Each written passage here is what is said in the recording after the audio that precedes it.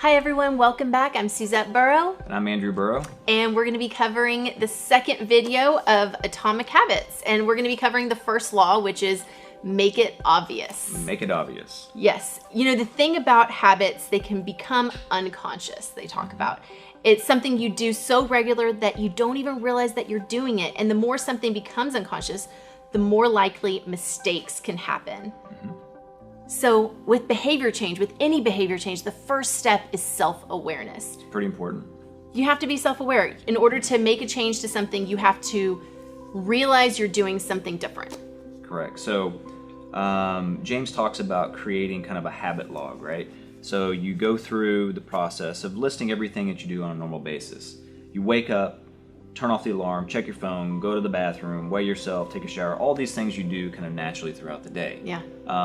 And then what you do, you go create a little scorecard. You put a plus next to the stuff that are actually plus habits, minus next to the habits that aren't so great. Negative, maybe like checking your phone. Yeah, potentially, because it takes you off your normal routine. And then an equal sign next to the things that are just kind of neutral. And then once you kind of have that, this will help build kind of some of the next things we're going to talk about. Yeah, that's called the Habit Scorecard. That's what he's talking about, which it's becoming self-aware of what habits you are doing and making maybe the sure stuff you should probably stop doing. Right, and seeing if there are things in there that you can change. Yeah, right. No doubt. Yeah.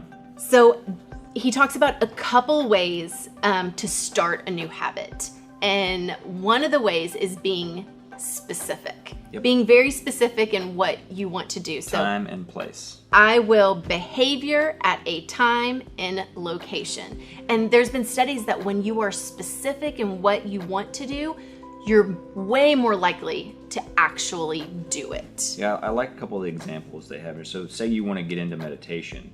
I will meditate for 1 minute at 7 a.m. in my kitchen. So you talk about the specific action you want to take. You talk about the time, how long, and when, and then the place. Yeah. Without that, you can't get lost, right? Yeah. And one of the great things is there's not only one way to start new habits. There are a couple ways, which is great. Andrew, I'm a big fan of the second one, which is habit stacking. So you take the scorecard that we already created, right? I wake up in the morning, I do X, Y, and Z. So you brush your teeth. Normal habit, a good habit for most people. And then you stack another habit that you want to create on top of that. And there's some great examples of habit stacking that I really do like. If you want to exercise, after I take off my work shoes, I will immediately change into my workout clothes. Yes. So you're stacking another habit on top of something you're already going to do to create a new positive habit. Yeah. After reading this book, I was thinking, what habits do I need to start? And one of the things is clocking in for work always was a struggle for me. I always forgot. I got into my email, and then the day just got away with me. Yeah. So I thought, okay, so when I open the door to our office, I'm going to grab my phone and clock in.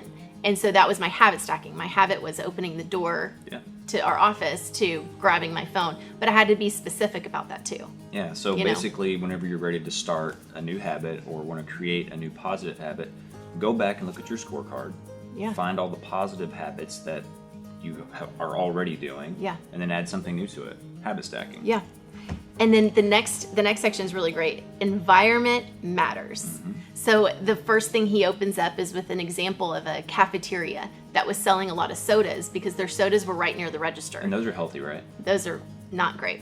And it was at a hospital, and they were like, okay, so let's add water to the facility, and let's also put water in different places throughout the cafeteria. Around there, yeah. Sodas went down by 11%. I think it was a little over 11%. Yeah, it was. But just by they still had sodas, but just by the placement, the environment. Well, it's initiated by a cue. I mean, if it's readily available, it's like opening up your pantry, and if it's filled with a bunch of just junk food, chips Processed, and snacks and all that stuff, what are you going to grab? You're going to grab that. The easy stuff. Plus it's tasty. You got to make it easy. I mean, I have a personal example of the environment thing that really helps me is that, working out's not always the easiest thing, right? I mean, we can find a million of excuses on why we're not going to work out. So I try to eliminate the first one, which is getting all my stuff ready. So the night before, as you know, I'll get all my stuff out. I'll put it in the other room shoes, workout gear, all that. And then so when I get up, that first excuse is gone. My environment is set up. Yep. I'm ready to go. So I just make it easier on myself. Yeah, the environment is really important. So we need to make cues of good habits obvious in our environment. It's easier to build new habits in a new environment because you're not fighting against old cues. And I highlighted that because if you can change your environment, it's easier to change your habits. And I think they talk about that in AA. I mean, if you're an alcoholic, right? You're not going to go hang out at a bar and do those things. You're not going to keep a bunch of things in your refrigerator that would be, you got to change your environment. The bad habit for you. So change it. You have to make it easy for yourself. So the last thing he talks about is the secret of self-control. The secret is actually interesting. It's the inversion of the first law, which is make it invisible. So he gives some examples. He's like, so you spend too much time wasting time watching TV, move the TV out of your bedroom. If you're continually feeling like you're not enough, stop following social media accounts that trigger that feeling. It's spend less time in tempting situations.